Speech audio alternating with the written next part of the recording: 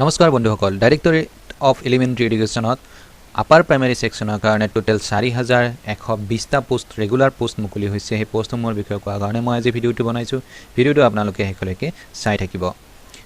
directorate of elementary এডুকেশ্যনত total 4120টা post মুকলি হৈছে আৰু এই গোটেই পোষ্টসমূহ হৈছে আপাৰ প্ৰাইমেৰী ছেকশ্যনৰ কাৰণে আৰু পোষ্টৰ নাম হ'ব teachers of upper primary school ইয়াতে আপোনাৰ যি পোষ্ট আছে পোষ্টসমূহ মই ব্ৰেকআপ কৰি দিছোঁ এসিস্টেন্ট টিচাৰৰ কাৰণে আছে 2068টা পোষ্ট সায়েন্স টিচাৰৰ কাৰণে আছে 299টা পোষ্ট হিন্দী টিচাৰৰ কাৰণে আছে 1285টা পোষ্ট আৰবিক টিচাৰৰ কাৰণে আছে 154টা পোষ্ট আসামিজ ল্যাঙ্গুৱেজ টিচাৰৰ কাৰণে আছে 292টা পোষ্ট আৰু মণিপুৰী ল্যাঙ্গুৱেজ টিচাৰৰ কাৰণে আছে টোটেল 22টা পোষ্ট এডুকেশ্যনেল কোৱালিফিকেশ্যন খিনি আপুনি চাই লওক এসিস্টেন্ট টিচাৰৰ কাৰণে যিখিনি এসিস্টেন্ট টিচাৰৰ ভ্যাকেন্সি আছে তাৰ কাৰণে বিএ বা বিএসসি হ'ব লাগিব যিকোনো ৰিকগনাইজ ইউনিভাৰ্সিটিৰ পৰা লগতে আপোনাৰ আপাৰ প্ৰাইমেৰী সেকশনৰ টেট কোৱালিফাইড হ'ব লাগিব লগতে 2 বছৰৰ আপোনাৰ বিএড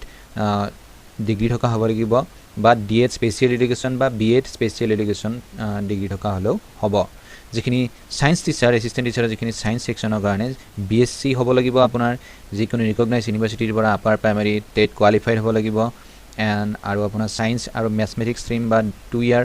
ডিপ্লোমা থাকিব লাগিব আপোনাৰ elementary education or B Ed or D Ed আপোনাৰ স্পেশাল এডুকেশ্যন বা বিএড স্পেশাল এডুকেশ্যন এই গোটেইখিনি কোৱালিফিকেশ্যন আপোনাৰ মিলিব লাগিব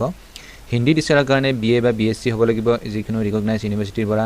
আৰু তাত আপোনাৰ Hindi as one of the subject আপোনাৰ হিন্দী এটা সাবজেক্ট হিচাপে থাকিব লাগিব আপাৰ প্ৰাইমেৰী সেকশনৰ কাৰণে আপোনাৰ টেট কোৱালিফাইড হ'ব লাগিব 2 ইয়াৰ ডিপ্লোমা থাকিব লাগিব B Ed or D Ed special education বা বিএড স্পেশাল এডুকেশ্যনত আপোনাৰ ডিপ্লোমা থাকিলেও হ'ব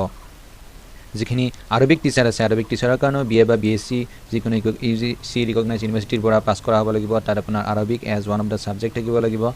আপাৰ প্ৰাইমেৰী সেকশনৰ কাৰণে টেট কোৱালিফাইড হ'ব লাগিব 2 বছৰৰ ডিপ্লোমা থাকিব লাগিব বিএড বা ডিএড স্পেশাল এডুকেশ্যন বা বিএড স্পেশাল এডুকেশ্যনত আপোনাৰ ডিপ্লোমা থাকিব লাগিব আৰু যিখিনি আসামিজ ল্যাঙ্গুৱেজ টিচাৰৰ তাৰ কাৰণে বিএ বিএসসি যিকোনো ইউজিসি ৰিকগনাইজ ইউনিভাৰ্সিটিৰ পৰা পাছ কৰা হ'ব লাগিব টেট পাছ কৰা হ'ব লাগিব 2 বছৰৰ ডিপ্লোমা থাকিব লাগিব বিএড বা ডিএড স্পেশাল এডুকেশ্যন বা বিএড স্পেশাল এডুকেশ্যনত আৰু মণিপুৰী ল্যাঙ্গুৱেজৰ কাৰণে আপোনাৰ বিএ বিএসসি হ'ব লাগিব যিকোনো ৰিকগনাইজ ইউনিভাৰ্সিটিৰ পৰা আৰু তাত আপোনাৰ Manipuri as one of the subject থাকিব লাগিব টেট পাছ কৰা হ'ব লাগিব আপাৰ প্ৰাইমেৰী সেকশনৰ 2 বছৰৰ ডিপ্লোমা থাকিব লাগিব বিএড ডিএড স্পেশাল এডুকেশ্যন বা বিএড স্পেশাল এডুকেশ্যনত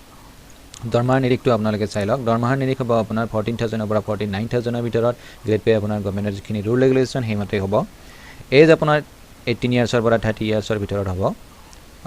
5 ইয়াৰ্ছৰ আপোনাৰ ম্যাক্সিমাম এজ ৰিলেক্সেশ্যন হ'ব এসসি এসটি ক্যান্ডিডেটৰ ক্ষেত্ৰত এপ্লিকেশ্যন ফিজ আপুনি আইপিইউ কাটি আইপিইউ থ্ৰুদি জমা দিব লাগিব আৰু এই যিটো ইণ্ডিয়ান পোষ্টেল অৰ্ডাৰ আপুনি কাটিব লাগিব in the name of directorate of elementary education Assam Kahilipara Guwahati 19 general কেটেগৰীৰ কাৰণে আপোনাৰ ফিজ হ'ব 200 টকা আৰু আপোনাৰ এসসি এসটি এখিনিৰ কাৰণে হ'ব আপোনাৰ 150 रुपीस আৰু আপুনি যদি বিপিএল কাৰ্ড হোল্ডাৰ হয় আপুনি কোনো ধৰণৰ ফিজ দিব নালাগে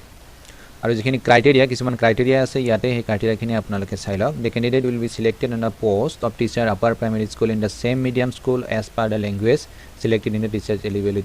এলিজিবিলিটি টেষ্ট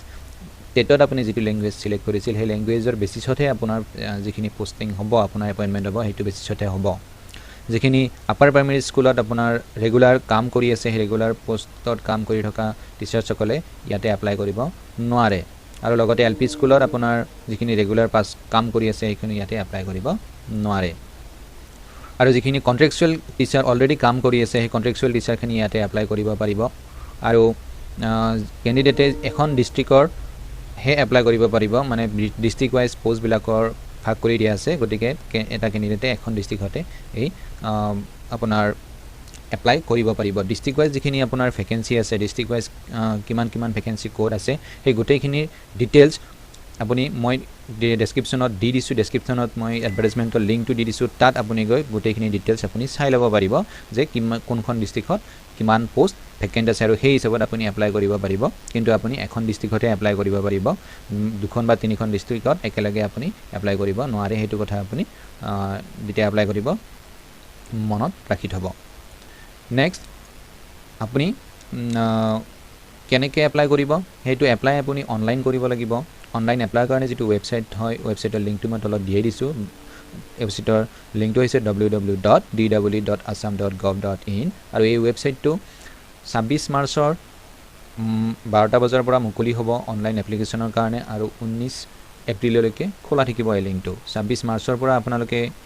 এক্টিভেট হ'ব লিংকটো এই যেটো পাৰ্টিকুলাৰ ৱেবছাইট মই কলো আৰু 19 মাৰ্চলৈ এই লিংকটো এক্টিভেট হৈ থাকিব এইখিনি ভিতৰতে আপুনি এপ্লাই কৰিব লাগিব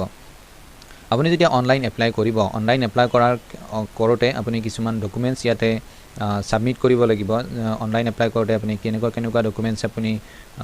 সাবমিট কৰিব লাগিব হে গুটেখিনি ডকুমেন্টস আপোনাৰ ইয়াতে ডিটেইলছত দিয়া আছে ইয়াতে চাওক documents required to be uploaded passport size colour photograph আপুনি আপলোড কৰিব লাগিব HSLC মাৰ্কশিট সাৰ্টিফিকেট আপুনি আপলোড কৰিব লাগিব এবিলাক সব ফটো আপোনাৰ যেটো স্ক্যান কপি আপুনি আপলোড কৰিব লাগিব marksheet and certificate of degree আপোনাৰ in case of candidate for the post of Hindi teacher Arabic teacher shall submit all the marksheet that show Hindi Arabic as one of the subject in the degree level আপোনাৰ DLED or marksheet লাগিব first year second year or আপোনাৰ সাৰ্টিফিকেটও লাগিব caste certificate লাগিব যদি আপুনি caste certificate হে ক্যাটাগৰিত apply কৰে আপোনাৰ সাৰ্টিফিকেট অফ NCC থাকাও হ'ব লাগিব আপোনাৰ অনলি B আৰু C ক্যাটাগৰি যেটো পোষ্টৰ কাৰণে স্পোৰ্টস আৰু কালচাৰেল থাকা হ'ব লাগিব কালচাৰেল সাৰ্টিফিকেটও আপুনি সাবমিট কৰিব লাগিব ৰিলেভেন্ট পোষ্টৰ কাৰণে সব পোষ্টৰ কাৰণে নহয় ৰিলেভেন্ট যিখিনি পোষ্ট এই পোষ্টৰ কাৰণে আপুনি এই গুটেখিনি এডভাৰটাইজমেন্টতে পাই যাব আপুনি মিলকে ভালদৰে পঢ়ি চাব লগতে স্ক্যান্ড সিগনেচাৰ যেটো আপুনি আপলোড কৰিব লাগিব লগতে আপুনি যদি BPL কাৰ্ড হোল্ডাৰ হয় তেতিয়ালে BPL সাৰ্টিফিকেট আপুনি আপলোড কৰিব লাগিব এই গুটেখিনি বস্তু আপুনি অনলাইন যেতিয়া এপ্লাই কৰিব হে অনলাইন এপ্লিকেশনৰ টাইমতে আপলোড কৰিব লাগিব আশা কৰো আপোনালোকে ভালদৰে বুজি পালে হে এডভাৰটাইজমেন্টত কেনেকে এপ্লাই কৰিব লাগিব এই সম্পৰ্কে যদি কিবা কোৱেশ্চন আছে মোক কমেন্ট বক্সত কমেন্ট কৰি সুধিব পাৰে আৰু এপ্লাই কৰাৰ আগতে আপুনি এডভাৰটাইজমেন্টটো ডাউনলোড কৰি ভালদৰে এবাৰ পঢ়ি চাব তাৰ পিছতে নিশ্চয় এপ্লাই কৰিব আপোনালোকৰ শুভেচ্ছা থাকিল এতিয়া আহিছো ধন্যবাদ